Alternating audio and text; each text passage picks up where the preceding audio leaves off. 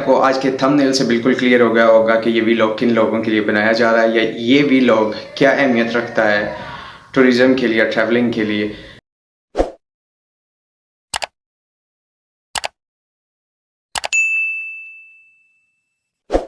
तो आज का करते हैं वीलॉग शुरू अल्लाह की रहमत, फजल और करम के साथ। ठीक है, तो पहले हम बात करते हैं कि ट्रैवल हिस्ट्री क्यों ज़रूरी होती है। जो लोग जिनकी एक नॉर्मल सी प्रोफाइल है, ठीक है, लेट्स सपोज उनके पास इतना ज़्यादा पैसा नहीं है, कोई 10-12 लाख या 15 लाख रुपए, और वो विश करते हैं कि भाई हम यूरोप जाना चाहते हैं, हम अमेरिका जाना चाहते हैं, कनाडा जाना चाहते हैं, और वो इस बात से भी डरते हैं कि हम जो एजेंट को पैसे देंगे वो एजेंट हमारे पैसे कहीं पे दबा ना ले, खा ना ले, उसका मिस यूज़ ना कर ले। तो उसके लिए बेहतरीन हाल ये है कि आप लोग खुद अपनी ट्रैवल हिस्ट्री बनाएं।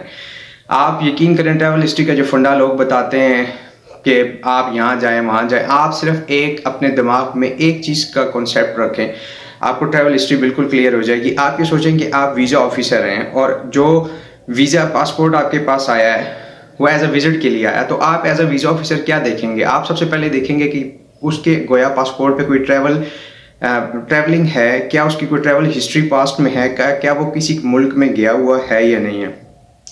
होता कुछ यूँ है कि हमारे पास ट्रैवल हिस्ट्री नहीं होती और हम सीधा कनाडा, अमेरिका के लिए या यूरोप कंट्रीज़ के लिए या ऑस्ट्रेलिया के लिए वीज़ा अप्लाई कर देते हैं, और बाद में होता क्या है कि वीज़े के ऊपर रिजेक्शन लग जाती है और हम लोग क्या हो जाते हैं, दिल टूटने की बायस, या ये कहते हैं कि यार ये लोग वीज़ा ही नहीं देते या हम लोगों की लक की काम नहीं करती। भाई अगर आपने वीज़ा लेना है तो उसके लिए आपको पूरा प्रॉपर पेपर वर्क करना पड़ेगा। पेपर वर्क कैसे होगा वो मैं आपको इस वीलॉग में बताऊंगा। ठीक है, इस वीलॉग को मेरा पूरा देखिएगा। तो बात करते हैं कि ट्रैवल हिस्ट्री कैसे बनाई जाए।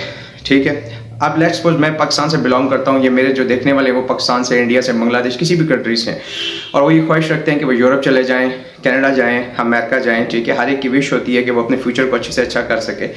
तो सबसे पहले आपने करना क्या कि अपनी कंट्री के जो नियरेस्ट आपके जो बॉर्डर के साथ जो दूसरी कंट्री है ना, आपने उसको विजिट करना शुरू करना है। लेट्स सपोज पाकिस्तान है, पाकिस्तान के साथ ईरान आता है, ईरान के साथ आपका अफगानिस्तान आता है, अफगानिस्तान के साथ आपका श्रीलंका आता है, इंडिया आता है। ठीक है, अनफॉर्चुनेटली हम इंडिया नहीं जाते, हमें वो वीज़ा नहीं देता। अफगानिस्तान में भी ऐसी कंडीशन नहीं है कि हम लोग ट्रैवल कर सकें। ठीक है, एज ए सिक्योरिटी रीज़न।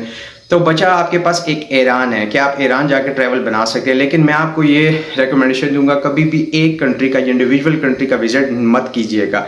उससे होता क्या है कि आपके पैसे बहुत ज़्यादा लॉस हो जाते हैं, टाइम का लॉस होता है। ठीक है, और जो टाइम यानी कि जो काम हमने 1 साल में या 2 साल में करना है उसके लिए हमें 4 से 5 साल वेट करना पड़ता है। तो हमें करना क्या है, अगर आप ईरान जा रहे हैं, देखिए मेरे पास यहाँ पर आप लोगों के लिए ट्रैवल हिस्ट्री के लिए 2 जरिए हैं, 2 ऐसी टिकट्स मैं आपको बताऊंगा, 2 ऐसी टिकटें मैं आपको बताऊंगा जो आप, एक बड़ी मेन टिकट लगेगी जिसमें से आप कम से कम 5 से 6 कंट्री विजिट करके आएंगे। ठीक है, और दूसरी तरफ की जो मैं आपको टिकट बताऊंगा उसमें एटलीस्ट आप 4 कंट्री से 5 कंट्री विजिट कर लेंगे।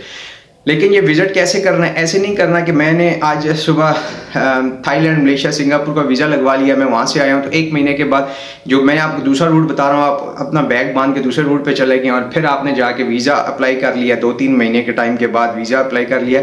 तो मैं आपको बिल्कुल क्लियर बात बताता जो आपका वीज़ा नहीं लगेगा। ठीक है, जो वीज़ा ऑफिसर होते हैं वो इस चीज़ को देखते हैं कि भाई ये कब से ट्रैवल कर रहा है, किस सन में, किस एज में, कब इसने ट्रैवलिंग शुरू की थी। लेट्स सपोज एक मैं हूँ, एज अ जेन्युइन ट्रैवलर मैंने हर साल में ट्रैवल करना है। अपनी हिस्ट्री बनाने के लिए मुझे 3 से 4 साल चाहिए। मैं पहले साल का जो पहले ईयर है, जैसे अब लेट्स सपोज एक बंदा कहता है कि भाई आप मुझे रेकमेंड करें, मैं 2023 में या 2024 जो आने वाला साल है उसमें कौन कौन सी कंट्री को विजिट करूँ।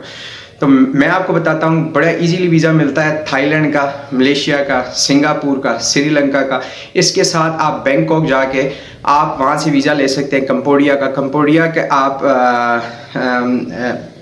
जाकर वहाँ से आप लाओस का वीज़ा ले सकते हैं।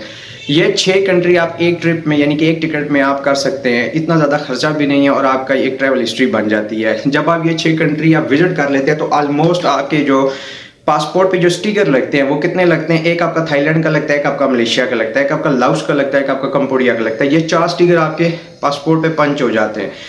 तो हमने अब ट्रैवल हिस्ट्री कितनी पंच यानी कि हमारे पासपोर्ट के ऊपर कितने जो वीज़े हैं वो लगने चाहिए, पंच होने चाहिए, जिससे हमारी रेशो अच्छी हो सके वीज़ा लेने के लिए। तो ये बिल्कुल क्लियर सी बात है कि आप किसी भी कंट्री में जब जाएंगे तो वो एक दफ़ा जाने से आपकी ट्रैवल हिस्ट्री नहीं बनती। ठीक है, जब आप ये 6 कंट्री विजिट करके आ जाए तो आप कुछ गैप दें, 6 महीने का, 8 महीने का, ऑलमोस्ट 1 ईयर्स का।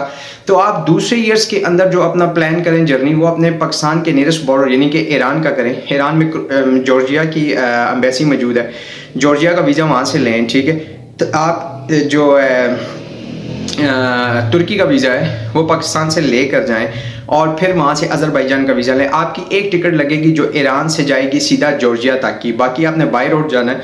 आपने यहाँ से टिकट है और 4 कंट्रीज़ है। पहले हम 6 कंट्रीज़ विजिट करके आए थे और अभी हमने 4 कंट्रीज़ विजिट कर ली। टोटल कितनी कंट्रीज़ होगी हमारे पास? 10 कंट्रीज़ हो गई। और इस 10 कंट्रीज़ में कितने हमारे पास ई वीज़ा हो गए और कितने हमारे पास जो है वो आपके पासपोर्ट के ऊपर वीज़ा लग गए। अब देखते हैं जो फिजिकल वीज़ा जो आपके लगे हैं वो कितने लगे थे। आपका एक लगा था थाईलैंड का, एक लगा था मलेशिया का, एक लगा था कंबोडिया का, एक लगा था आपका लाओस का। ये 4 वीज़े आपके लग गए। उसके बाद 5वां वीज़ा आपका लगेगा तुर्की का पाकिस्तान से, 6ठा वीज़ा आपका लगेगा ईरान से जो जॉर्जिया का होगा। ये 6 वीज़े आपके लग जाएंगे, लेकिन ऑल टुगेदर आपके पास 10 वीज़े हो जाएंगे। और 10 वीज़े बहुत मैनी रखते हैं किसी भी कंट्री के लिए वीज़ा लेने के लिए। आपकी एक ट्रैवल हिस्ट्री बन जाती है, लेकिन ये ट्रैवल हिस्ट्री आपने जो क्रिएट करनी है एटलीस्ट 2 ईयर्स में कंप्लीट करनी है।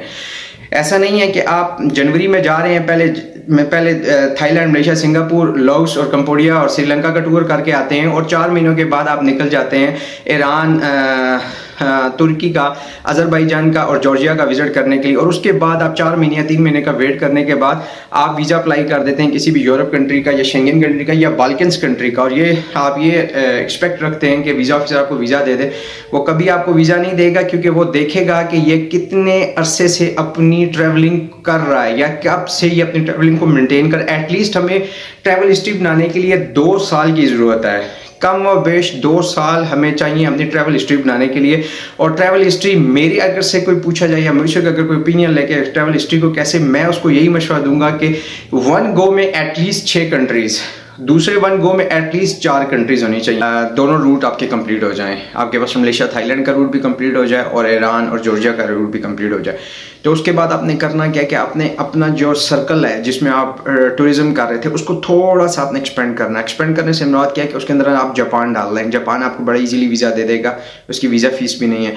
या उसके साथ आप साउथ अफ्रीका का वीज़ा डाल लें। मैं आपको 100% गारंटी देता हूँ कि जिसका साउथ अफ्रीका और जापान का वीज़ा लग गया वो अगली ट्राई में यूएस का और कनाडा का वीज़ा अप्लाई करे, विदाउट एनी हेजिटेशन उसको वीज़ा मिल जाता है। लेकिन प्रॉब्लम ये है कि हमें ये सेंस होनी चाहिए कि हमने अपनी ट्रैवल हिस्ट्री को कैसे एक्सपेंड करना। लेट्स सपोज हम लोग स्टार्ट करते हैं अपनी ट्रैवल हिस्ट्री को, तो उस ट्रैवल हिस्ट्री हमारी ऐसे होती है जैसे एक बंद पॉइंट है, उसको हमने आहिस्ता आहिस्ता आहिस्ता आहिस्ता एक्सपेंड करना है। यानी कि हमने जो कंट्रीज़ को ट्रैवल करना है पहले नज़दीकी कंट्रीज़ को करना है, फिर करते करते उसका सर्कल हमने बड़ा करते जाना है ताकि वीज़ा ऑफिसर को बता सके कि हमने करीब से लेके जो दूर की कंट्रीज़ हैं उसको सबको हमने ट्रैवल कर लिया। और अब हम विश रखते हैं साउथ अफ्रीका, जापान को कंट्री को विजिट करने के लिए। और जो इन कंट्रीज़ को विजिट कर आता है, ये नेसेसरी नहीं है कि इसके बाद आप जो बाल्कन्स हैं, बाल्कन्स जो कंट्रीज़ हैं वो कौन सी हैं, जितनी यूरोप में आती हैं कंट्रीज़ जैसे सर्बिया हो गया, बोस्निया हो गया, बुल्गारिया हो गया, रोमानिया हो गया, ये बाल्कन्स कंट्रीज़ के अंदर आती हैं। चाहे तो आप इसका वीज़ा अप्लाई कर लें, अगर चाहे